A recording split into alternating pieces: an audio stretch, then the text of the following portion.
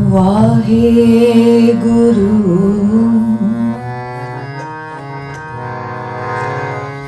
वाहे गुरु वाहे गुरु वाहे गुरु। मुर पित पूरब की अस पयाना, पात पात के तीरथ नाना। जब ही जात त्रिवेणी पै, पुण्य दान दिन करत बिता। तही प्रकाश हमारा भयो, पटना शहर बिखे पवलयो। तही प्रकाश हमारा भयो, पटना शहर बिखे पवलयो। पटना शहर बिखे पवलयो। कादरे हर कार गुरु गोबिंद सिंह, कादरे हर कार गुरु गोबिंद सिंह। बेक सारा यार गुरु गोबिंद सिंह, बेक सारा यार गुरु गोबिंद सिंह।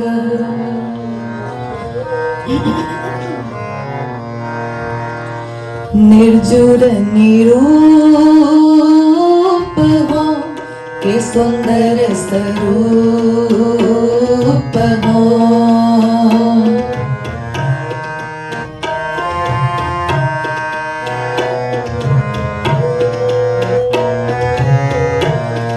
निर्जुर निरूप हो के सुंदर स्वरूप हो। निर्जुर निरूप हो के सुंदर स्वरूप हो। के पूपन के पूप हो के दाता महादान हो।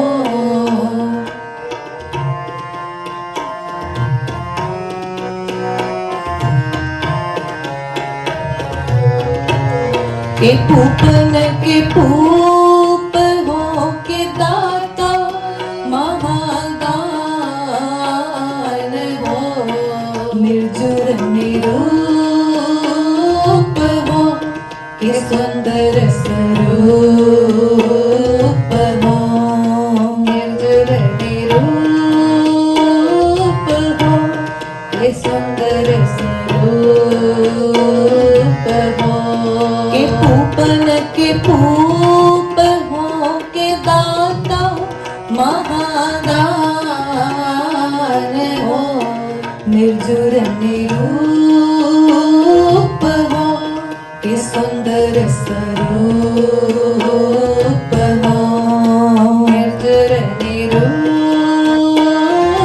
हो के सुंदर स्वरूप हो। के सुंदर स्वरूप हो।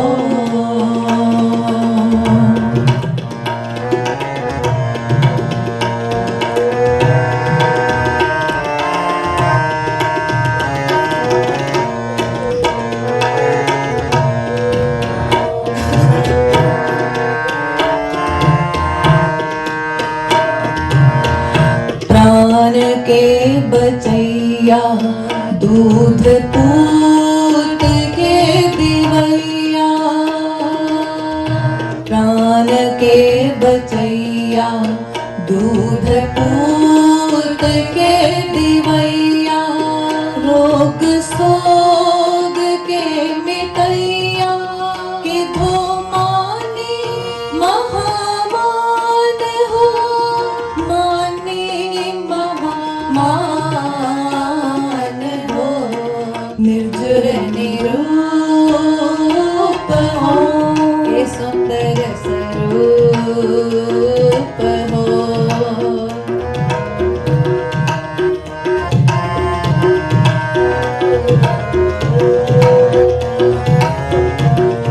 निर्जुर निरूप हो कि सुंदर स्वरूप हो, के पूपन के पूप हो के दाता महादान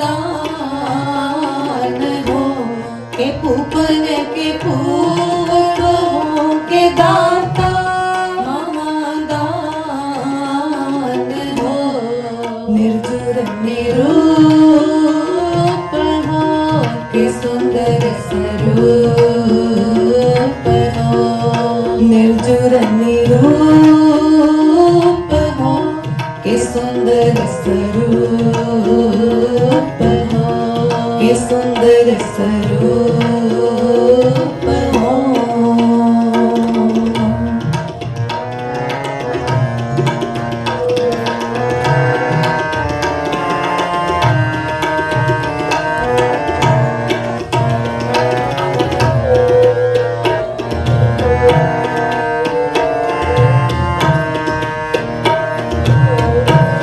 विद्या के विचार हो के अग्रह अवतार हो,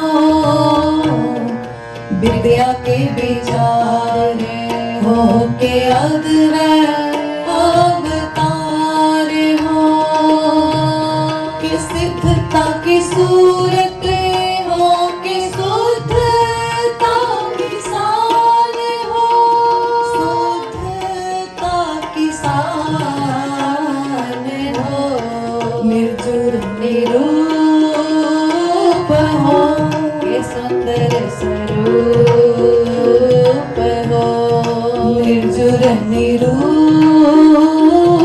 हो के सुंदर स्वरूप हो, के पूपन के पूप हो के दाता महादान हो, के पूपन के पूप हो के दाता महादान हो, निर्जुर निरूप हो के सुंदर स्वरूप हो, निर्जुर निरूप हो के सुंदर स्वरूप हो, के सुंदर स्वरूप हो।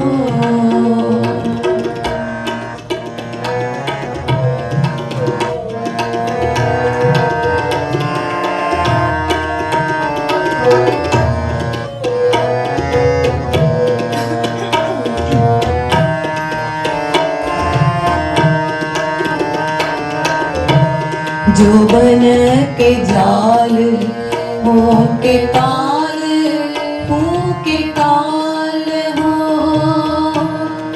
जो बन के जाल हो के काल हो के काल हो,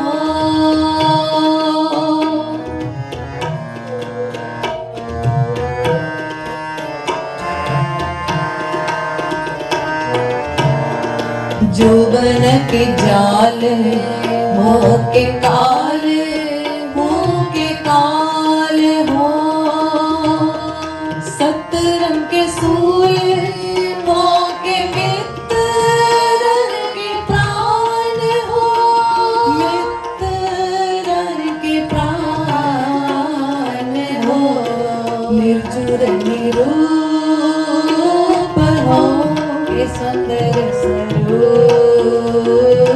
हो, निर्जुर निरूप हो के सुंदर स्वरूप हो।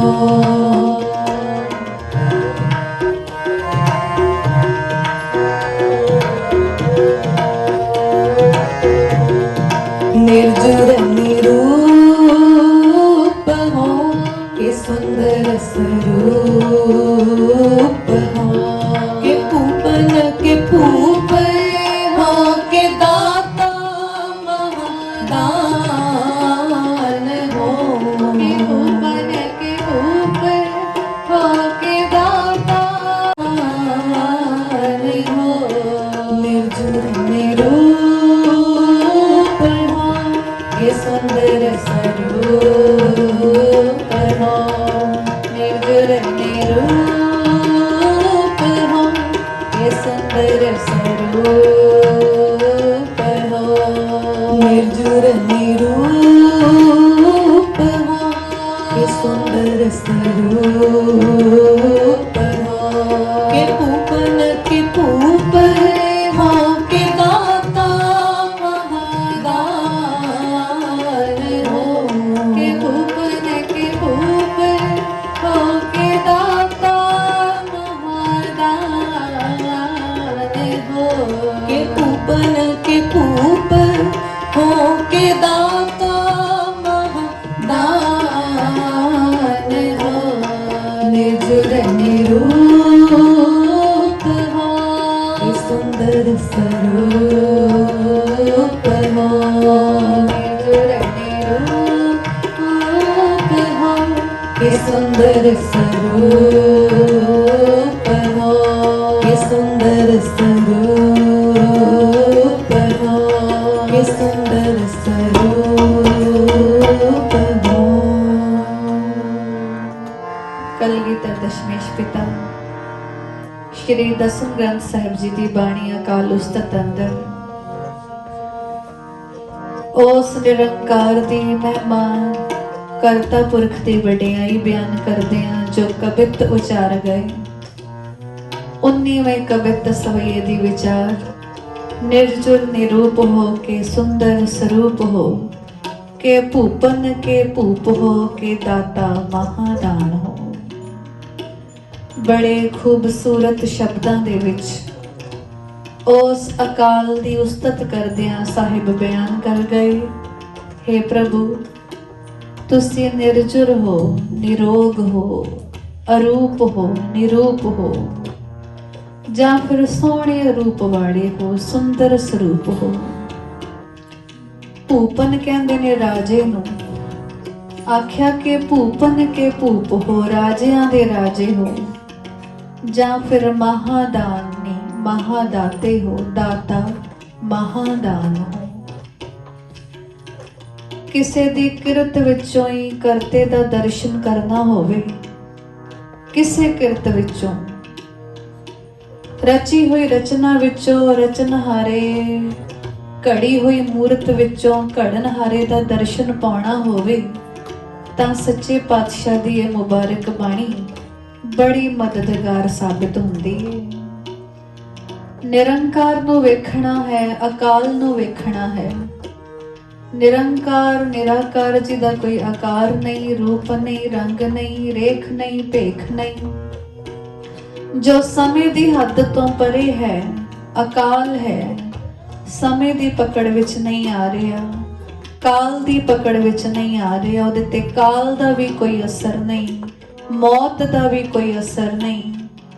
जे उहदा दर्शन करना है तां साहिबां दी ये बाणी अकाल उस्तत साडे लई बड़ी लाहेवंद है, बड़ी मददगार है। रचना विचों ही रचनहारा दिख पाएगा, घाड़त विचों ही घड़नहारा नजरी आ जाएगा। जो सिरजना हो चुकी है बाणी रूप, ओदे विचों ही सिरजनहारे दा हूबहू दर्शन होएगा। ते दर्शन पा रही है सारी संगत इन्हां कवितां दे रूप विच।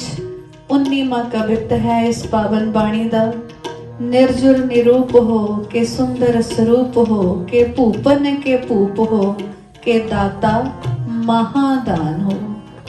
महादान करन वाले दानी हो, दाते हो, राजान राजे हो, बड़े सोहणे रूप वाले हो, किते किते ते अरूप भी दर्श पैंदे हो, ते रोग भी कोई नहीं, जुर भी कोई नहीं, निर्जुर हो। प्राण के बचाया, दूध पूत के दिवाया, रोग सोग के मिटाया, किथो मानी महामान हो। ऐ वाहिगुरु तुसी प्राणा दी रखिया करन वाले हो, दुध पुत बख्शण वाले हो, रोग ते सोग नूं मिटाउण वाले हो, जां फिर वड्डे मान वाले, किधो मानी महामानो, माना दे भी अभिमान हो, माना दे मान सन्मान हो, सर्वश्रेष्ठ उत्तम मान वाले हो। कोई भी रूप वेख लो, हर रूप विचों गुण ही प्रगट हो रहा है, हर रूप विच खूबी दिखाई पै रही है, हर दरस विच कला नजरी पै रही है। याद करना है, उन्होंने जपना है, उहदे नाल जुड़ना है, तो कुछ भी कह के जुड़ सकते हो। उन्होंने प्राणा दा रक्षक मन सकते हो, उन्होंने दुध पुत देण वाला मन सकते हो, उन्होंने रोग सोग मिटाउण वाला भी कह सकते हो, उन्होंने माना तो सिरमौर मान वाला भी कह सकते हो। सर्व श्रोमणी माना दा मान, सर्वोत्तम सन्मान, सर्वोत्तम सत्कार भी है वो। विद्या के विचार हो कि अद्वैय अवतार हो, की कह सकते हैं। ओ विद्या दी गुहज विचार है, सब ज्ञाना दा ज्ञान है, सब गुणियां दा गुण है, कला धारियां दी बारीक सूखम कला है वो। विद्या दी विचार है, विद्वान विच विद्वता विच विद्वानपणे विच ओ बहुत गुहज है, गुज्जा है, ओ ते अद्वैत स्वरूप वाला भी है, दुई तो वखरा है, द्वैत तो परे है। ओदे दर्शन करके कोई संसा नहीं रह जाता, कोई दुविधा नहीं रह जाती, कोई द्वैख दा भाव नहीं आ सकता। ऐसा ओदा दर्श है, ऐसा ओदा रूप है, वो अद्वैत अवतार है। सिद्धता की सूरत हो की कहिए, उस तमाम सिद्धियां दी प्रतिमूर्ति है। साधक लोग साधना करके अभ्यास करके जो सिद्धियां पाते हैं, नवनिध ते 18 सिद्धियां दा जिक्र आया है। ते सतगुरु कहंदे ओ परम पिता अकाल पुरख सर्बत सिद्धियां तमाम सिद्धियां दी प्रतिमूर्ति आप है। एक पासे 18 सिद्धां वेखणियां होण, एक पासे इकल्ला प्रभु दर्शन होवे, अकाल दर्शन होवे, निरंकार दा दर्शन होवे, दोनों ही समरूप है, समूर्ति है। और सब सिद्धियां दा रचनहारा है, धारणहारा है। ते नाल आख्या कि शुद्धता की शान हो। सब तो शुद्ध कौन हो सकता है, सब तो पवित्र कौन हो सकता है, सब तो पुनीत कौन हो सकता है। केवल वही है जो हर प्रकार की पवित्रता की शान है, हर प्रकार की शुद्धता की शान है, गौरव है, हर प्रकार की पुनीतता का वो मान है। शुद्ध होना है, पुनीत होना है, पवित्र होना है, सुच्चे होना है। बस अकाल की उस्तत विच जुड़ जाओ, सब हो जाएगा अपने आप। जोबन के जाल हो के काल हूं के काल हो, के सत्रण के सूल हो के मित्रण के प्राण हो। जवानी दा जाल, आकर्षण, मोह बंधन, मोह फास, रूप जौबन दा बंधन, ये परमात्मा आप ही है। बड़ी दफा असी पसंदगी या नापसंदगी विच उलझे रहंदे आ सारी उम्र। सारी जिंदगी असी ये दो रामां विच ही उलझे रहंदे हां, इस तरह दी द्वैख विच ही उलझे रहंदे हां कि की पसंद है की ना पसंद है, की परवानण जोग है की ना परवानण जोग है, की ग्रहण करण योग है की ना ग्रहण करण योग है। जदों कि हर एक उम्र दी ग्रहण समर्था अपनी अपनी हुंदी है। एक बच्चा जो कुछ ग्रहण कर सकता है, वो कुछ एक नौजवान या बुढ़ा नहीं ग्रहण कर सकता। ग्रहण शक्ति दी एक अपनी सीमा है, धारण शक्ति दी एक अपनी सीमा है। वो फिर भावें कोई गुण होवे, कोई विद्या होवे, कोई कला होवे, कोई खूबी होवे, कोई लियाकत होवे, ਜਾਂ कोई चज आचार सुहज विचार, कोई कायदा कानून ਜਾਂ नेम असूल होवे, कुछ भी होवे, हर उम्र दी सीमा है, हर उम्र दी एक पाबंदी है कि बालक जो ग्रहण करता है वो नौजवान नहीं करेगा। जो नौजवान ग्रहण कर सकता है वो एक बुढ़ा बुजुर्ग ग्रहण नहीं कर पाएगा। ते जो एक बुढ़ा बुजुर्ग ग्रहण कर सकता है, जो समर्था एक बुजुर्गी दी है, वो ना जवानी दी होएगी, ना बालपने दी बचपने दी होएगी।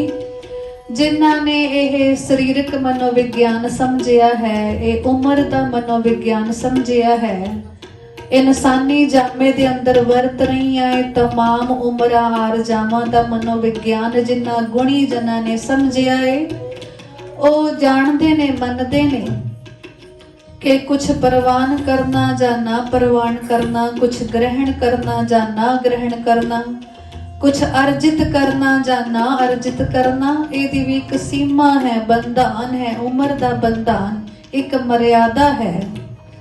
ते हुण जोबन उम्रे जे किसे नु मदहोशी है रूप दी, रंग दी, रस कस भोग दी, माया मोह फास दी, सतगुरु कहंदे भी ओही अकाल ही है, वो ते उसे दा ही कीता कराया है। ये कोई दोष नहीं है, ये कोई औगण नहीं है, एनू कोई वड्डा विकार बिगाड़ ना जानियो, क्योंकि ये पिछे भी सत्ता अकाल ही है। जोबन के जाल हो, हुण अपना निर्णय असीं आप करना है कि सानू जोबन रुत विच केड़ा जाल पिया होया है। जोबन रुते जोबन उमरे सानू केड़ा जंजाल है, केड़ी फाही है, केड़ा फास सानू बन रहा है। जोबन के जाल हो, जे कुछ बंधन पिया है ना, ताए भी उसे दा रूप पछाण लियो। है ते बड़ी उच्ची गल, पकड़ विच नहीं आएगी। सहजे सहजे ज्यों ज्यों बाणी विचारांगे त्यों त्यों समझ वधेगी, बुद्धि दा विस्तार होएगा, सुरत विशाल होएगी ते पल्ले पै जाएगी गल। ए सतगुरां दे पावन बोल के ओ जवानी दा जाल भी ओही है। जवानी विच आकर्षण है रूप दा, जौबन दा, रंग दा, भोग दा, मोह दा, ममता दा, पकड़ जकड़ दा, सारा बंधन ਇਹ ਵੀ ਵਾਹਿਗੁਰੂ ਆਪ ਹੀ ਕਰ ਲਿਆ ਹੈ, ਉਸੇ ਦਾ ਹੀ ਬਣਾਇਆ ਹੋਇਆ ਹੈ। ਕਾਲਾਂ ਦਾ ਕਾਲ ਹੈ, ਉਹ ਐਸਾ ਕਾਲ ਹੈ ਜਿਹਦੀ ਪਕੜ ਵਿੱਚ, ਜਿਹਦੀ ਮੁੱਠ ਵਿੱਚ ਸਾਰਾ ਸਮਾਂ ਹੈ, ਸਾਰਾ ਵਕਤ ਹੈ, ਸਾਰਾ ਵੇਲਾ ਹੈ, ਸਭ ਥਿਤ ਵਾਰਾਂ ਘੜੀਆਂ ਪਹਿਰਾਂ, ਸਭ ਪਲ ਚਸੇ ਮੁਹੂਰਤ ਉਸੇ ਦੀ ਮੁੱਠੀ ਵਿੱਚ ਨੇ। ਉਹ ਕਾਲਾਂ ਦਾ ਕਾਲ ਹੈ। ਜਾਂ ਫਿਰ ਉਹ ਵੈਰੀਆਂ ਦੇ ਪੀੜਾ ਹੈ। ਸਤਰਣ ਕੇ ਸ਼ੂਲ, ਸੂਲ ਕਹਿੰਦੇ ਨੇ ਜੋ ਪੀੜ ਉੱਠੇ, ਢਿੱਡ ਵਿੱਚ ਸੂਲ ਉੱਠਿਆ, ਪੇਟ ਵਿੱਚ ਸੂਲ ਉੱਠਿਆ, ਸੂਲ ਹੈ ਪੀੜਾ, ਦਰਦ, ਕਸ਼ਟ। ਸਾਹਿਬ ਕਹਿੰਦੇ ਉਹ ਵੈਰੀਆਂ ਲਈ ਸੂਲ ਹੈ, ਪੀੜਾ ਦਾ ਰੂਪ ਹੈ। ਤੇ ਦੋਸਤਾਂ ਲਈ, ਮਿੱਤਰਾਂ ਲਈ ਉਹ ਕੀ ਹੈ? ਮਿੱਤਰਾਂ ਦੀ ਤੇ ਉਹ ਜਾਨ ਦੀ ਜਾਨ ਹੈ।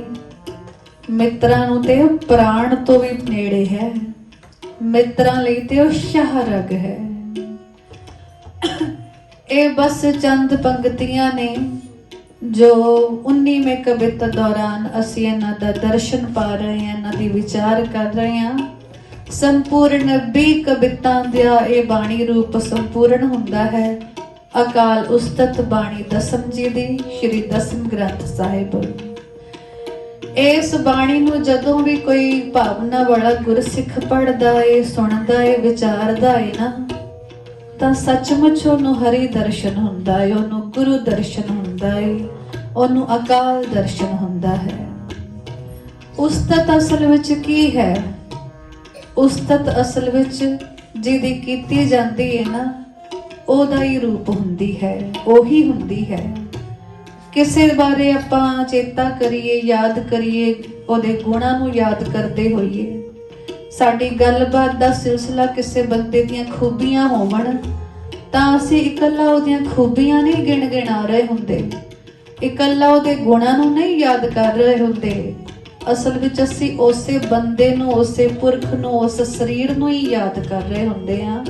ਤੇ ਜੋ ਸਾਰੀ ਬਾਣੀ ਗੁਰੂ ਪਿਤਾ ਨੇ ਸਾਡੀ ਝੋਲੀ ਪਾਈ ਏ, ਇਹ ਕੇਵਲ ਸ਼ਬਦ ਨਹੀਂ, ਲਫ਼ਜ਼ ਨਹੀਂ, ਵਾਕ ਨਹੀਂ, ਪੰਗਤੀਆਂ ਨਹੀਂ, ਇਹ ਕੇਵਲ ਅਕਾਲ ਹੀ ਅਕਾਲ ਹੈ। ਉਹ ਵਾਹਿਗੁਰੂ ਆਪ ਹੀ ਹੈ ਜਿਹਨੂੰ ਅਸੀਂ ਸ਼ਬਦ ਵਿੱਚੋਂ ਵੇਖ ਰਹੇ ਹਾਂ, ਉਹਦਾ ਕੱਲਾ ਕੱਲਾ ਗੁਣ, ਉਹਦੀ ਕੱਲੀ ਕੱਲੀ ਵਡਿਆਈ, ਉਹਦੀ ਇੱਕ ਇੱਕ ਖੂਬੀ, ਉਹਦੀ ਇੱਕ ਇੱਕ ਕਲਾ। ਰੱਬ ਦਾ ਦਰਸ਼ਨ ਕੁਝ ਹੋਰ ਨਹੀਂ ਹੈ, ਬਸ ਉਹਦੀ ਉਸਤਤ ਹੀ ਉਹਦਾ ਦਰਸ਼ਨ ਹੈ, ਉਹਦਾ ਗੁਣਗਾਨ ਹੀ ਉਹਦਾ ਦਰਸ਼ਨ ਹੈ, ਉਹਦਾ ਜਸ, ਉਹਦੀ ਕੀਰਤੀ ਕਰਨਾ, ਕੀਰਤਨ ਕਰਨਾ ਹੀ ਉਹਦਾ ਦਰਸ਼ਨ ਹੈ। ਅਕਾਲ ਦਾ ਦਰਸ਼ਨ ਪਾਉਣਾ ਹੈ ਤਾਂ ਅਕਾਲ ਉਸਤਤ ਸਾਡੇ ਸਾਹਮਣੇ ਇੱਕ ਪ੍ਰਤੱਖ ਪ੍ਰਮਾਣ ਹੈ।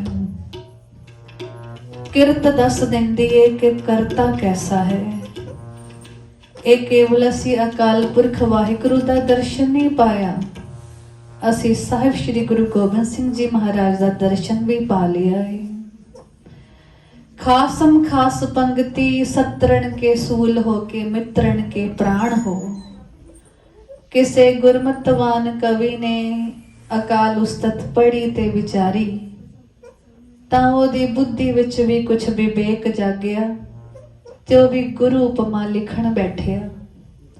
ਗੁਰੂ ਉਪਮਾ ਲਿਖਦੇ ਲਿਖਦੇ ਉਹ ਕੀ ਲਿਖ ਬੈਠਿਆ ਕਿ ਕੋਈ ਲੱਭ ਕੇ ਐਸਾ ਅਵਤਾਰ ਦੱਸੋ ਜਿਸਨੂੰ ਮੰਨਿਆ ਕੁੱਲ ਲੋਕਾਈ ਹੋਵੇ। ਹੇਮਕੁੰਟ ਸਾਹਿਬ ਤਪ ਅਪਾਰ ਕੀਤਾ ਨਿਰੰਕਾਰ ਨੇ ਤਾੜੀ ਖੁਲਾਈ ਹੋਵੇ। ਪਾਣੀ ਦੁੱਧ ਦੇ ਵਿੱਚ ਨਾ ਭੇਦ ਕੋਈ, ਭੀਖਣ ਸ਼ਾਹ ਦੀ ਸੰਸਾ ਮਿਟਾਈ ਹੋਵੇ। ਉਸ ਤੋਂ ਵੱਧ ਕੇ ਮੋਮ ਦਿਲ ਹੋਰ ਕੌਣ ਹੋ, ਜਿਨੇ ਦੁਸ਼ਮਣ ਦੇ ਮੱਲਮ ਲਗਾਈ ਹੋਵੇ। ਜਿਹਦੇ ਪਿਓ ਨੇ ਜ਼ੁਲਮ ਕਨਘੋਰ ਕੀਤੇ, ਉਸ ਬਹਾਦਰ ਸ਼ਾਹ ਨੂੰ ਗੱਦੀ ਦਿਵਾਈ ਹੋਵੇ। ਗੁਰੂ ਗੋਬਿੰਦ ਸਿੰਘ ਜੀ ਦੇ ਆਵਣੇ ਦੀ ਸਭ ਸੰਗਤਾਂ ਨੂੰ ਲੱਖ ਲੱਖ ਵਧਾਈ ਹੋਵੇ। ਇਹ ਕਵੀ ਦੀ ਕਲਪਨਾ ਹੀ ਨਹੀਂ ਹੈ, ਇਹ ਸਤਿਗੁਰਾਂ ਦੇ तमाम ਗੁਣ ਵੀ ਦਰਸਾਏ ਨੇ, ਸਾਰੀ ਉਸਤਤ ਦਰਸਾਈ ਹੈ। ਤੇ ਅਸੀਂ ਪਹਿਲੇ ਹੀ ਮੰਨ ਚੁੱਕੇ ਹਾਂ ਕਿ ਇਕੱਲੀ ਉਸਤਤ ਸ਼ਬਦ ਵਾਕ ਨਹੀਂ ਹੁੰਦੇ, ਉਸਤਤ ਵੀ ਗੁਰੂ ਦਾ ਰੂਪ ਹੀ ਹੁੰਦੀ ਹੈ। ਵਡਿਆਈ ਗੁਰੂ ਦੀ ਹੋ ਰਹੀ ਹੈ ਤਾਂ ਦਰਸ਼ਨ ਉਹਦੇ ਵਿੱਚੋਂ ਗੁਰੂ ਦਾ ਹੀ ਹੋ ਰਿਹਾ ਹੁੰਦਾ ਹੈ। ਤੇ ਅਸੀਂ ਜੇ ਇਸ ਕਵਿਤਾ ਰਾਹੀਂ ਹੀ ਗੁਰੂ ਦਾ ਦਰਸ਼ਨ ਪਾਉਣਾ ਹੋਵੇ ਤਾਂ ਗੁਰੂ ਦੀ ਸ਼ਖਸੀਅਤ ਦੇ ਬਹੁਤ ਸਾਰੇ ਪਹਿਲੂ ਸਾਡੇ ਅੱਗੇ ਖੁੱਲ ਜਾਂਦੇ ਨੇ। ਕੋਈ ਲੱਭ ਕੇ ਐਸਾ ਅਵਤਾਰ ਦੱਸੋ ਜਿਸਨੂੰ ਮੰਨਿਆ ਕੁੱਲ ਲੋਕਾਈ ਹੋਵੇ। ਇਕੱਲੀ ਦਸਮ ਜੋਤ ਹੀ ਨਹੀਂ, ਪਹਿਲੀ ਨਾਨਕ ਜੋਤ ਤੋਂ ਲੈ ਕੇ 10 ਗੁਰ ਪਾਤਸ਼ਾਹੀਆਂ ਨੂੰ ਹਰ ਤਬਕ ਨੇ ਮੰਨਿਆ, ਹਰ ਮਤ ਮਤਾਂਤ ਨੇ ਮੰਨਿਆ, ਹਰ ਫਿਰਕੇ ਨੇ ਮੰਨਿਆ। ਕਿਧਰੇ ਸਿੱਖਾਂ ਦੇ ਗੁਰੂ ਸਦਵਾਏ, ਕਿਧਰੇ ਹਿੰਦੂਆਂ ਦੇ ਗੁਰੂ ਸਦਵਾਏ, ਕਿਧਰੇ ਮੁਸਲਮਾਨਾਂ ਦੇ ਪੀਰ ਵੀ ਸਦਵਾਏ। ਕੁੱਲ ਦੁਨੀਆਏ ਆਲਮ ਨੇ ਮੰਨਿਆ ਹੈ। ਕੋਈ ਲੱਭ ਕੇ ਐਸਾ ਅਵਤਾਰ ਦੱਸੋ ਜਿਸਨੂੰ ਮੰਨਿਆ ਕੁੱਲ ਲੋਕਾਈ ਹੋਵੇ। ਅੱਜ ਤੱਕ ਜਗਤ ਮੰਨਦਾ ਆ ਰਿਹਾ ਏ, ਪੂਜਦਾ ਆ ਰਿਹਾ ਏ। ਭਾਵੇਂ ਕਿਸੇ ਵੀ ਤਬਕ ਦਾ ਹੋਏ ਕੋਈ ਬੰਦਾ, ਭਾਵੇਂ ਕਿਸੇ ਵੀ ਮਤ ਮਤਾਂਤ ਦਾ ਕੋਈ ਪੁਰਖ ਹੋਵੇ, ਭਾਵੇਂ ਕਿਸੇ ਵੀ ਫਿਰਕੇ ਨਾਲ ਸੰਬੰਧ ਰੱਖਣ ਵਾਲਾ ਹੋਵੇ, ਪਰ ਜਦੋਂ ਗੁਰੂ ਗੋਬਿੰਦ ਸਿੰਘ ਜੀ ਦਾ ਨਾਮ ਆਉਂਦਾ ਏ ਤਾਂ ਹਰ ਜ਼ੁਬਾਨ ਕਹਿੰਦੀ ਏ ਵਾਹੋ ਵਾਹੋ ਗੋਬਿੰਦ ਸਿੰਘ ਆਪੇ ਗੁਰਚੇਲਾ। ਤੇ ਤਪੀਏ ਕੈਸੇ ਸਾਧਕ ਕੈਸੇ, ਹੇਮਕੁੰਟ ਸਾਹਿਬ ਤਪ ਅਪਾਰ ਕੀਤਾ, ਨਿਰੰਕਾਰ ਨੇ ਤਾੜੀ ਖੁਲਾਈ ਹੋਵੇ। ਤਾੜੀ ਲੱਗੀ ਹੋਈ ਲਿਵ ਨੂੰ ਆਖਦੇ ਨੇ, ਇੱਕ ਰਸ ਟਿਕੇ ਹੋਏ ਧਿਆਨ ਨੂੰ ਆਖਦੇ ਨੇ ਕਿ ਉਸ ਧਿਆਨ ਵਿੱਚ ਜਿੱਥੇ ਕੇਵਲ ਨਿਰੰਕਾਰ ਹੀ ਨਿਰੰਕਾਰ ਹੈ, ਸੰਸਾਰ ਦਾ, ਮਾਤ ਲੋਕ ਦਾ, ਦੁਨੀਆਦਾਰੀ ਦਾ, ਜਗਤ ਮਾਇਆ ਦਾ ਕੋਈ ਅਹਿਸਾਸ ਨਹੀਂ ਹੈ। ਐਸੇ ਤਪੀਸਰ ਕਿ ਹੇਮਕੁੰਟ ਦੇ ਬਰਫਾਨੀ ਇਲਾਕੇ ਅੰਦਰ, ਬਰਫਾਨੀ ਤੂਫਾਨਾਂ ਅੰਦਰ, ਬਰਫਾਨੀ ਚੋਟੀਆਂ ਤੇ ਆਸਣ ਕਰਕੇ ਠੰਡੇ ਜਖ ਮਾਹੌਲ ਵਿੱਚ ਤਪ ਸਾਧਿਆ। ਇਹ ਗੱਲ ਕੋਈ ਆਮ ਬੰਦਾ ਨਹੀਂ ਦੱਸ ਕੇ ਗਿਆ, ਇਹ ਸੱਚੇ ਪਾਤਸ਼ਾਹ ਨੇ ਆਪਣੀ ਕਲਮ ਦੁਆਰਾ ਆਪਣੇ ਪਿਛਲੇ ਜਨਮ ਜੀਵਨ ਦਾ ਹਾਲ ਆਪ ਬਿਆਨ ਕੀਤਾ ਹੈ। ਸਤਿਗੁਰਾਂ ਦੀ ਕਲਮ ਦਾ ਹੀ ਬਖਾਣ ਹੈ ਕਿ ਸਾਡਾ ਤੇ ਚਿੱਤ ਨਹੀਂ ਸੀ ਕਰਦਾ ਮਾਤ ਲੋਕ ਵਿੱਚ ਆਉਣ ਲਈ, पर वाहिगुरु ने अकाल पुरख ने सानू हुक्म दे के भेजिया है। हेमकुंट पर्वत है जहाँ, सप्त श्रृंग शोभित है तहाँ, तह हम अधिक तपस्या साधी, महाकाल काल का आराधी। महाकाल दी आराधना कीती उथे जिथे सत चोटियां ने। हेमकुंट पर्वत, हेमकुंट यानी कि बर्फ दा कुंड है जिथे। ये सारी गलबात, ये सारी दास्तान सच्चे पातशाह ने आप बयान कीती है। उन्हां दी लेखनी तो ही पता लग्या सानू कि वो तपीए किड्डे महान सन, तपीसर किड्डे महान सन। महाकाल दा रूप अज भी जगत मनदा है। ते खास करके जदों संगतां हेमकुंट साहिब दी यात्रा जांदियां ने, उदों इस महाकाल दे नाम ते पदवी दे नाल रूबरू हुंदियां ने कि पिछले जन्म विच उन्हां दा नाम की सी, उन्हां दी हस्ती की सी। हेमकुंट साहिब तप पार कीता, निरंकार ने ताड़ी खुलाई होवे। ते फिर हुण करिए गल इस जन्म दी। पानी दुध दे विच ना भेद कोई, भीखण शाह दी संसा मिटाई होवे। घुड़ाम दे रहण वाले पीर भीखण शाह अज तक पश्चिम वल सजदा करते आए ने। पंज वक्त दे नमाजी ने, वड्डे नेमी ने, पहुंचे हुए कामल पुरख ने। उन्हां दी भगती दा, बंदगी दा वड्डा प्रताप है ते उन्हां दी सिੱਖੀ सेवकी भी बहुत है। पंजाब देश दे वसनीक ने ते जदों भी बंदगी परायण हुंदे ने ते पच्छों वल हुंदे ने, पच्छम दिशा वल। अज पता नहीं पीर जी दे मन विच की आया कि दिन दी पहली नमाज अदा करदियां उन्हां ने मुड़ के झुक के सजदा कीता है पूर्व वाले पासे, जिधरों सूरज चढ़दा है, चढ़दे वाले पासे।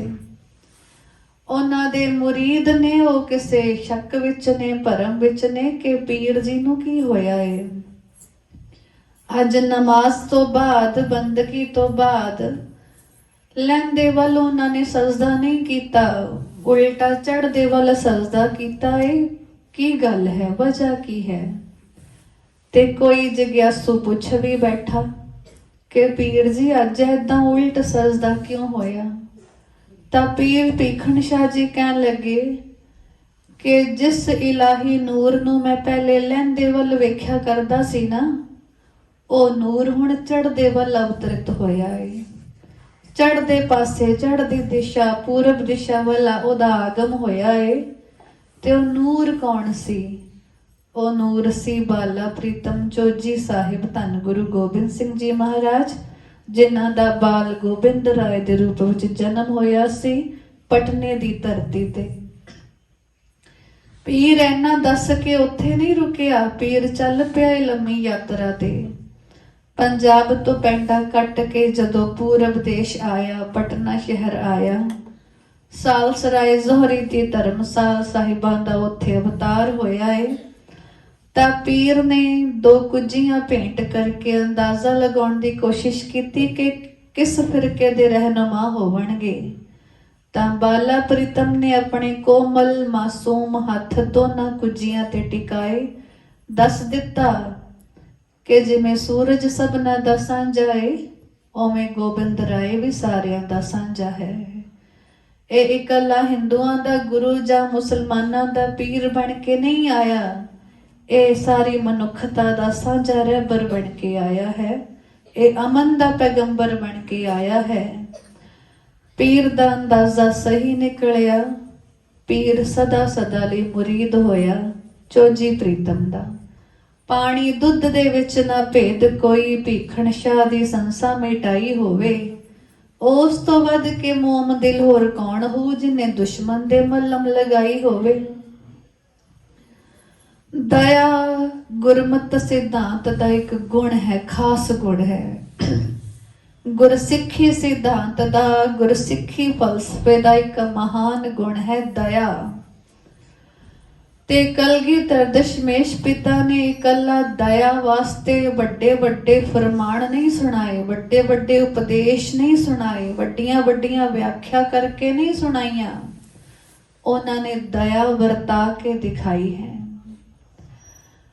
श्री आनंदपुर साहिब दे जंगा युद्धां दौरान ਗੁਰੂ ਦਰਬਾਰ ਸ਼ਿਕਾਇਤਾਂ ਪੁੱਜੀਆਂ ਨੇ ਕਿ ਸਤਿਗੁਰੂ ਜੀ ਭਾਈ ਕਨਈਆ ਰੂਪੀ ਨਾਮ ਦੇ ਆਪ ਦੇ ਜੋ ਗੁਰਸਿੱਖ ਨੇ ਉਹ ਦੁਸ਼ਮਣ ਫੌਜਾਂ ਨੂੰ ਜਲ ਦੀ ਸੇਵਾ ਕਰਦੇ ਨੇ, ਪਾਣੀ ਪਿਲਾਉਂਦੇ ਨੇ, ਜਲ ਛਕਾਉਂਦੇ ਨੇ। ਸਤਿਗੁਰੂ ਜੀ ਜਿਨ੍ਹਾਂ ਵੈਰੀਆਂ ਨੂੰ ਅਸੀਂ ਤੇਗਾਂ ਦੇ ਵਾਰ ਕਰ ਕਰਕੇ ਮਸਾਂ ਪਾਰਲੇ ਬੰਨੇ ਪਹੁੰਚਾਉਂਦੇ ਆਏ, ਉਹਨਾਂ ਨੂੰ ਫਿਰ ਲੜਨ ਮਰਨ ਲਈ ਤਿਆਰ ਕਰ ਦਿੰਦੇ ਨੇ। ਜਿਨ੍ਹਾਂ ਵੈਰੀਆਂ ਦੇ ਸਾਹ ਸਾਡੇ ਸ਼ਸਤਰਾਂ ਨਾਲ ਸੂਤੇ ਪਏ ਹੁੰਦੇ ਨੇ, ਉਹਨਾਂ ਵੈਰੀਆਂ ਦੇ ਮੂੰਹ ਵਿੱਚ ਪਾਣੀ ਪਾ ਕੇ ਉਹਨਾਂ ਨੂੰ ਦੁਬਾਰਾ ਖੜਾ ਕਰਨ ਜੋਗਾ ਕਰ ਦਿੰਦੇ ਨੇ, ਦੁਬਾਰਾ ਸਾਡੇ ਸਾਹਮਣੇ ਅੜ ਖੜਾਉਣ ਦਾ ਮਾਦਾ ਬਣਾ ਕੇ ਦਿੰਦੇ ਨੇ, ਪਾਣੀ ਪਿਆਉਂਦੇ ਨੇ ਵੈਰੀਆਂ ਨੂੰ ਵੀ। ਸ਼ਿਕਾਇਤਾਂ ਨੇ ਤੇ ਸ਼ਿਕਾਇਤਾਂ ਦਾ ਹੱਲ ਵੀ ਨਿਕਲਣਾ ਚਾਹੀਦਾ ਹੈ। ਕਲਗੀਧਰ ਦਸ਼ਮੇਸ਼ ਪਿਤਾ ਜੀ ਨੇ ਖਾਲਸਾਈ ਫੌਜਾਂ ਦੇ ਸੂਰਮਿਆਂ ਦੀ ਸ਼ਿਕਾਇਤ ਸੁਣੀ ਹੈ। ਭਾਈ ਕਨਈਆ ਜੀ ਨੂੰ ਸੱਦ ਬੁਲਾਇਆ ਤੇ ਪੁੱਛ ਕੀਤੀ ਕਿ ਐਸੀ ਸ਼ਿਕਾਇਤ ਕਿਉਂ ਆ ਰਹੀ ਹੈ, ਤੁਸੀਂ ਵੈਰੀਆਂ ਦੀ ਫੌਜੀਆਂ ਨੂੰ ਵੀ ਪਾਣੀ ਪਿਆਈ ਜਾਂਦੇ ਹੋ, ਜਲ ਛਕਾਈ ਜਾਂਦੇ ਹੋ।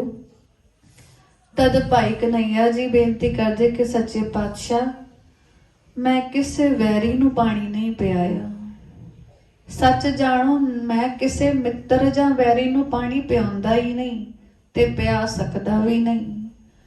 ਦਾਤਾ ਜੀ ਜੰਗੇ ਮੈਦਾਨ ਵਿੱਚ ਮੈਂ ਆਪ ਦੀ ਸੇਵਾ ਸਮਝ ਕੇ ਜਲ ਦੀ ਮੱਛਕ ਲੈ ਕੇ ਘੁੰਮ ਰਿਹਾ ਹੁੰਦਾ, ਉਸੇ ਵਕਤ ਮੇਰੇ ਕੰਨੀ ਕਿਸੇ ਜ਼ਖਮੀ ਦਾ ਆਵਾਜ਼ਾ ਪੈਂਦਾ, ਕਿਉਂ ਗੁਰੂ ਕਿਆ ਸਿੱਖਾ, ਤੈਨੂੰ ਤੇਰੇ ਗੁਰੂ ਦੇ ਨਾਮ ਦਾ ਵਾਸਤਾ 2 ਘੁੱਟ ਪਾਣੀ ਪਿਆ ਦੇ। ਸਾਹਿਬ ਜੀ ਜਦੋਂ ਤੁਹਾਡੇ ਨਾਮ ਦਾ ਵਾਸਤਾ ਪੈਂਦਾ ਏ ਤੇ ਫਿਰ ਮੈਨੂੰ ਨਹੀਂ ਦਿਖਦਾ ਕਿ ਕੌਣ ਦੁਸ਼ਮਣ ਬੋਲਿਆ, ਕੌਣ ਮਿੱਤਰ ਬੋਲਿਆ, ਕੌਣ ਖਾਲਸਾਈ ਫੌਜ ਦਾ ਸਿਪਾਹੀ ਬੋਲਿਆ ਤੇ ਕੌਣ ਦੁਸ਼ਮਣ ਫੌਜ ਦਾ ਸਿਪਾਹੀ ਬੋਲਿਆ।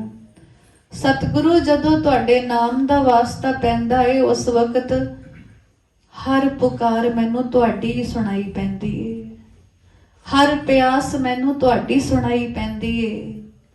ਪਾਣੀ ਦੀ ਤੜਪ, ਪਾਣੀ ਲਈ ਪਾਇਆ ਵਾਸਤਾ ਮੈਨੂੰ ਤੁਹਾਡਾ ਹੀ ਸੁਣਾਈ ਪੈਂਦਾ ਏ। ਮੈਂ ਕਿਸੇ ਮਿੱਤਰ ਜਾਂ ਵੈਰੀ ਨੂੰ ਜਲ ਨਹੀਂ ਛਕਾਇਆ ਦਾਤਾ ਜੀ, ਮੈਂ ਤੇ ਆਪ ਜੀ ਨੂੰ ਇਹ ਜਲ ਛਕਾਇਆ ਹੈ। ਭਾਈ ਕਨਈਆ ਜੀ ਮਹਾਨ ਸੇਵਾ ਰੂਪ ਤੇ ਨਾਲ ਮਹਾਨ ਸਮਦ੍ਰਿਸ਼ਟ ਮਹਾਪੁਰਖ, ਜਿਨ੍ਹਾਂ ਨੇ ਦੁਸ਼ਮਣ ਤੇ ਵੈਰੀ, ਦੁਸ਼ਮਣ ਤੇ ਮਿੱਤਰ ਦਾ, ਵੈਰੀ ਤੇ ਮਿੱਤਰ ਦਾ ਭੇਦ ਹੀ ਮੁਕਾ ਛੱਡਿਆ ਸੀ। ਜਦੋਂ ਸਤਿਗੁਰਾਂ ਨੇ ਉਹਨਾਂ ਦਾ ਇਹ ਜਵਾਬ ਸੁਣਿਆ ਤਾਂ ਸਾਹਿਬ ਕਹਿੰਦੇ ਕਿ ਭਾਈ ਸਾਹਿਬ ਫਿਰ ਤੁਸੀਂ ਅਧੂਰਾ ਕੰਮ ਨਾ ਕਰੋ, ਤੁਸੀਂ ਆਪਣੀ ਇਹ ਜਲ ਦੀ ਸੇਵਾ ਅਧੂਰੀ ਨਾ ਛੱਡੋ।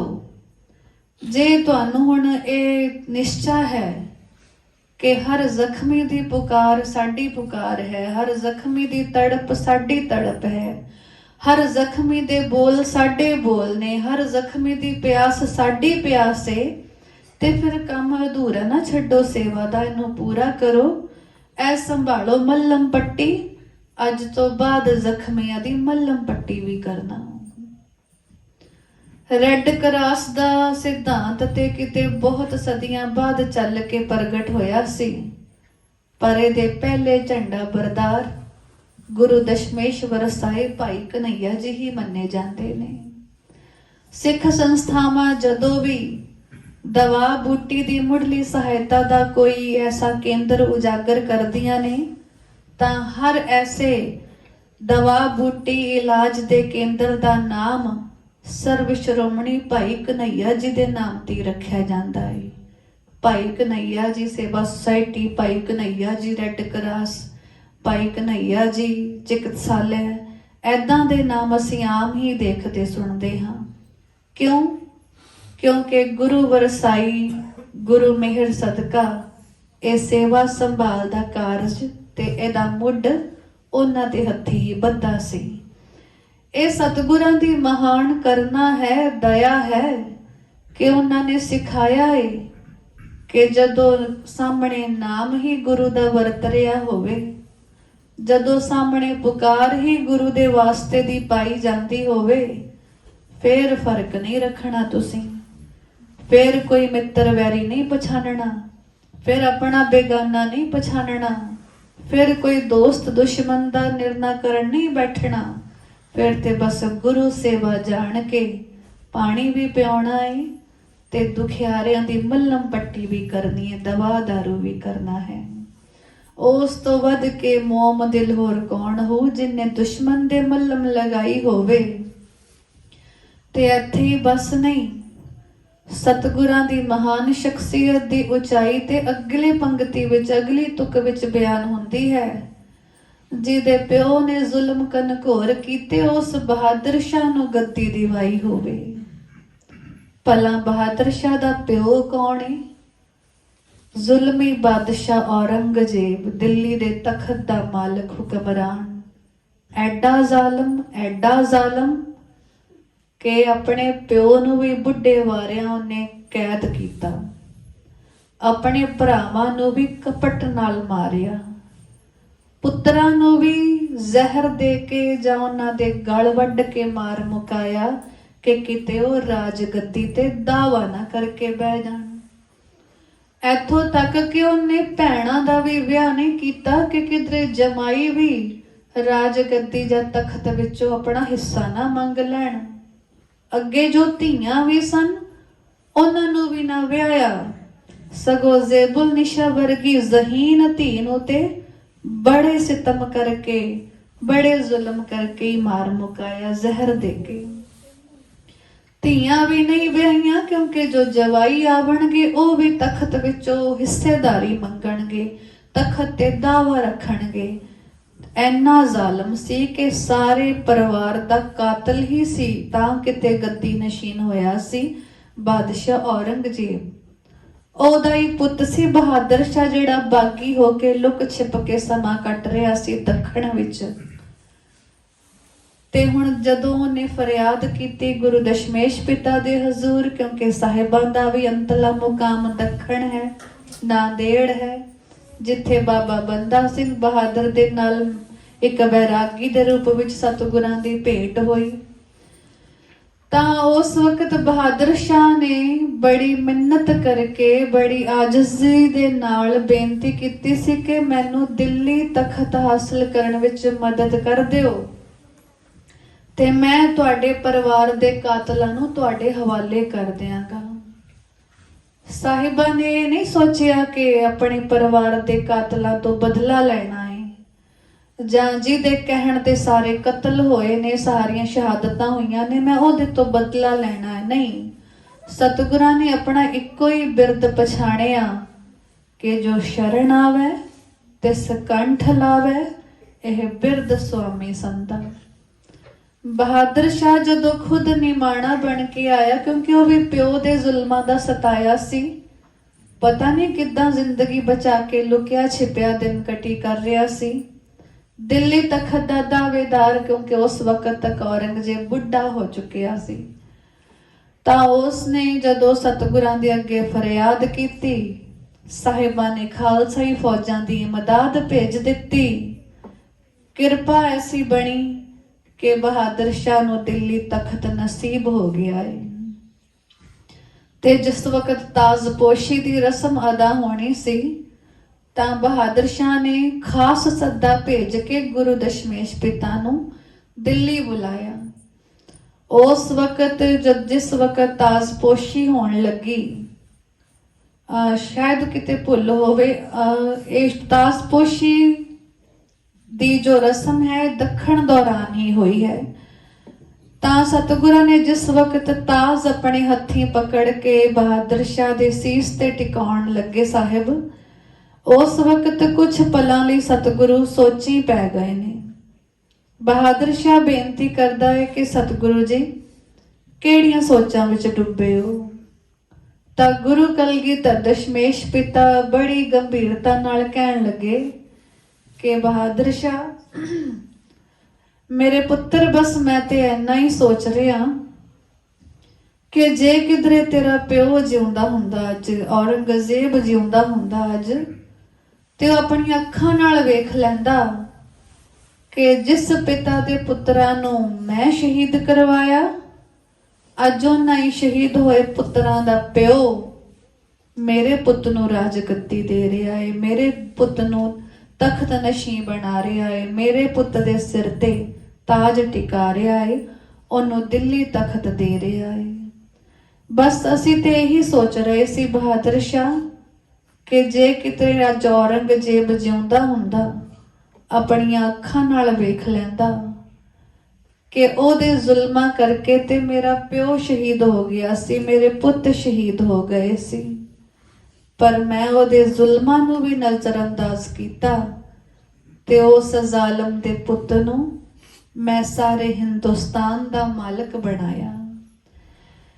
ਬੇਸ਼ੱਕ ਇਹ ਕਿਸੇ ਕਵੀ ਦਾ ਤਖਯਲ ਹੋ ਸਕਦਾ ਹੈ ਜਾਂ ਕਵੀ ਦੀ ਕਲਪਨਾ ਦਾ ਕੋਈ ਰੂਪ ਹੋ ਸਕਦਾ ਹੈ, ਲੇਕਿਨ ਸੱਚ ਤੇ ਇਹੀ ਹੈ, ਇਤਿਹਾਸਕ ਗਵਾਹੀ ਵੀ ਇਹੀ ਹੈ ਕਿ ਔਰੰਗਜ਼ੇਬ ਦੇ ਪੁੱਤ ਬਹਾਦਰ ਸ਼ਾਹ ਨੂੰ ਦਿੱਲੀ ਤਖਤ ਹਾਸਲ ਕਰਨ ਵਿੱਚ ਗੁਰੂ ਕਲਗੀਧਰ ਦਸ਼ਮੇਸ਼ ਪਿਤਾ ਨੇ ਹੀ ਮਦਦ ਕੀਤੀ ਸੀ। ਤੇ ਇਹ ਵੀ ਸੱਚ ਹੈ ਕਿ ਜਸ਼ਨ ਤਾਜ਼ਪੋਸ਼ੀ ਵਿਖੇ ਸਤਿਗੁਰਾਂ ਨੇ ਹੀ ਆਪਣੇ ਕਰ ਕਮਲਾਂ ਨਾਲ, ਪਵਿੱਤਰ ਕਰ ਕਮਲਾਂ ਨਾਲ ਉਹਦੀ ਤਾਜ਼ਪੋਸ਼ੀ ਕੀਤੀ ਸੀ। ਪਰ ਹੈਰਾਨੀ ਹੈ ਕਿ ਅਸੀਂ ਆਮ ਲੋਕ ਤੇ ਜੇ ਇੱਕ ਦਫਾ ਜ਼ਿੰਦਗੀ ਵਿੱਚ ਕੋਈ ਵੈਰ ਵਿੱਢ ਲਈਏ, ਅਸੀਂ ਮਰਦੇ ਦਮ ਤੱਕ ਨਹੀਂ ਭੁਲਾਉਂਦੇ। ਪਰ ਸਤਿਗੁਰਾਂ ਨੇ ਤੇ ਬੜੀ ਜਲਦੀ ਭੁਲਾ ਦਿੱਤਾ ਕਿ ਕਿਸੇ ਵਕਤ ਛੋਟੀ ਜਿਹੀ ਉਮਰ ਦੌਰਾਨ ਮੈਂ ਖੁਦ ਅਨਾਥ ਹੋਇਆ ਸੀ ਤੇ ਮੇਰਾ ਪਿਤਾ ਦਿੱਲੀ ਚਾਂਦਨੀ ਚੌਕ ਕੁਰਬਾਨ ਹੋ ਗਿਆ ਸੀ, ਤੇ ਕਿਧਰੇ ਮੇਰੇ ਮਾਸੂਮ ਬੱਚਿਆਂ ਨੂੰ ਨੀਹਾਂ ਵਿੱਚ ਚਿਣਾਇਆ ਗਿਆ ਸੀ ਉਸੇ ਜ਼ੁਲਮੀ ਬਾਦਸ਼ਾਹ ਦੇ ਹੁਕਮ ਸਦਕਾ। ਕਿਧਰੇ ਚਮਕੌਰ ਦੀ ਗੜੀ ਵਿੱਚ ਥੱਕੇ ਹਮਾਂਦੇ, ਥੱਕੇ ਹਾਰੇ ਜ਼ਖਮੀ 40 ਕੁ ਸਿੰਘਾਂ ਦੀ ਕੁਮਕ ਦੇ ਨਾਲ ਮੇਰਾ ਘੇਰਾ ਕੱਤਿਆ ਗਿਆ ਸੀ 10 ਲੱਖੀ ਫੌਜ ਵੱਲੋਂ, ਵੀ ਔਰੰਗਜ਼ੇਬ ਦੇ ਹੁਕਮਾਂ ਕਰਕੇ। ਹੈਰਾਨੀ ਹੈ ਕਿ ਸਾਹਿਬਾਂ ਨੇ ਕੋਈ ਵੈਰ ਨਾ ਵਿਚਾਰਿਆ, ਕੋਈ ਵੈਰ ਨਾ ਚਿਤਾਰਿਆ, ਸਭ ਵੈਰ ਭਾਉ ਮਨੋਂ ਲਾ ਕੇ ਸਤਿਗੁਰਾਂ ਨੇ ਬਸ ਇੰਨਾ ਹੀ ਵਿਚਾਰਿਆ ਕਿ ਸ਼ਰਨਾਗਤ ਹੈ, ਸ਼ਰਨ ਆਇਆ ਹੈ, ਨਿਰਮਾਣ ਤੇ ਹਲੀਮ ਹੋ ਕੇ ਇਮਦਾਦ ਮੰਗਣ ਆਇਆ ਹੈ ਤੇ ਇਮਦਾਦ ਕਰਨੀ ਬਣਦੀ ਹੈ। ਐਨੇ ਨਿਰਦੋਖ, ਐਨੇ ਨਿਰਦਵੈਕ, ਐਨੇ ਨਿਰਵੈਰ ਕੌਣ ਹੋ ਸਕਦੇ ਨੇ? ਤੇ ਕੱਲੇ ਕਲਗੀਧਰ ਦਸ਼ਮੇਸ਼ ਪਿਤਾ ਹੀ ਹੋ ਸਕਦੇ ਨੇ, ਜਿਹਦੇ ਪਿਓ ਨੇ ਜ਼ੁਲਮ ਘੋਰ ਕੀਤੇ ਉਸ ਬਹਾਦਰ ਸ਼ਾਹ ਨੂੰ ਗੱਦੀ ਦਿਵਾਈ ਹੋਵੇ। ਤੇ ਐਸੇ ਸਤਿਗੁਰਾਂ ਦੀ ਆਮਦ ਤੇ, ਐਸੇ ਸਤਿਗੁਰਾਂ ਦੇ ਆਗਮਨ ਤੇ ਅਸੀਂ ਕਿਉਂ ਨਾ ਵਧਾਈਆਂ ਦੇ ਸੋਲੇ ਗਾਈਏ। ਆਪ ਸਭ ਸੰਗਤਾਂ ਨੂੰ ਗੁਰੂ ਕਲਗੀਧਰ ਦਸ਼ਮੇਸ਼ ਪਿਤਾ ਦੇ ਆਵਣੇ ਦੀ ਲੱਖ ਲੱਖ ਵਧਾਈ ਹੋਵੇ। ਗੱਲ ਅਸੀਂ ਇੱਥੋਂ ਸ਼ੁਰੂ ਕੀਤੀ ਸੀ ਕਿ ਕਿਸੇ ਸ਼ਖਸੀਅਤ ਦੇ ਗੁਣ ਅਸਲ ਵਿੱਚ ਉਹਦਾ ਰੂਪ ਹੀ ਹੋਇਆ ਕਰਦੇ ਨੇ, ਉਹਦਾ ਸਰੂਪ ਹੀ ਹੋਇਆ ਕਰਦੇ ਨੇ, ਉਹਦੇ ਦਰਸ਼ਨ ਹੀ ਹੋਇਆ ਕਰਦੇ ਨੇ। ਕਿਸੇ ਸ਼ਖਸ ਦੀ ਸੋਭਾ ਕੀਰਤੀ ਜੇ ਅਸੀਂ ਗਾਉਂਦੇ ਹਾਂ ਤਾਂ ਇਹ ਗਾਉਣਾ ਸੁਣਨਾ ਕੇਵਲ ਲਫ਼ਜ਼ੀ ਨਹੀਂ ਹੁੰਦਾ, ਕੇਵਲ ਮੁੱਖ ਬਿਆਨੀ ਨਹੀਂ ਹੁੰਦਾ, ਸਗੋਂ ਉਹਦਾ ਸਾਖਸ਼ਾਤ ਦਰਸ਼ਨ ਹੀ ਹੋਇਆ ਕਰਦਾ ਏ। ਸੋ ਕਰੀਏ ਦਰਸ਼ਨ ਗੁਰੂ ਦਸ਼ਮੇਸ਼ ਪਿਤਾ ਦੇ, ਕਰੀਏ ਦਰਸ਼ਨ ਪਾਰ ਬ੍ਰਹਮ ਪਰਮੇਸ਼ਰ ਅਕਾਲ ਪੁਰਖ ਵਾਹਿਗੁਰੂ ਦੇ। ਸਤਿਗੁਰਾਂ ਦੀ ਪਾਵਨ ਬਾਣੀ ਅਕਾਲ ਉਸਤਤ ਕਬਿਤ ਸਬਈਏ, ਜਿਹਦੇ ਵਿੱਚ ਸਾਹਿਬਾਂ ਨੇ ਬੜੇ ਖੂਬਸੂਰਤ ਲਫ਼ਜ਼ਾਂ ਦੁਆਰਾ ਸਾਨੂੰ ਅਕਾਲ ਦਰਸ਼ਨ ਕਰਵਾਇਆ ਹੈ, ਅਕਾਲ ਉਸਤਤ ਦੇ ਆਸਰੇ। ਆਓ ਸਰਵਣ ਕਰੀਏ।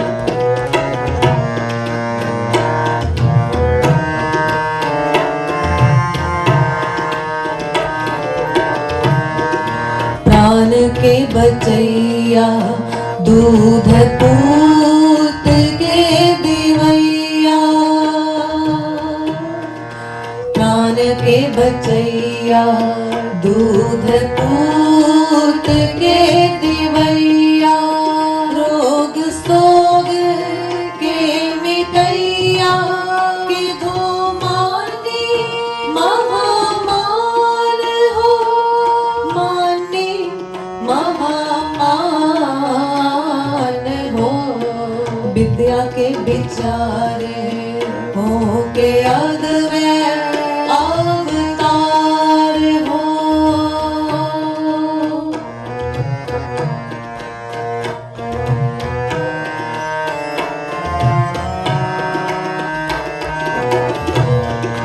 विद्या के विचार हो के अद्वैत अवतार हो के सिद्धता की सूरत हो के शुद्धता की शान हो शुद्धता की शान हो जो बन के जाल हो के काल हो के काल हो।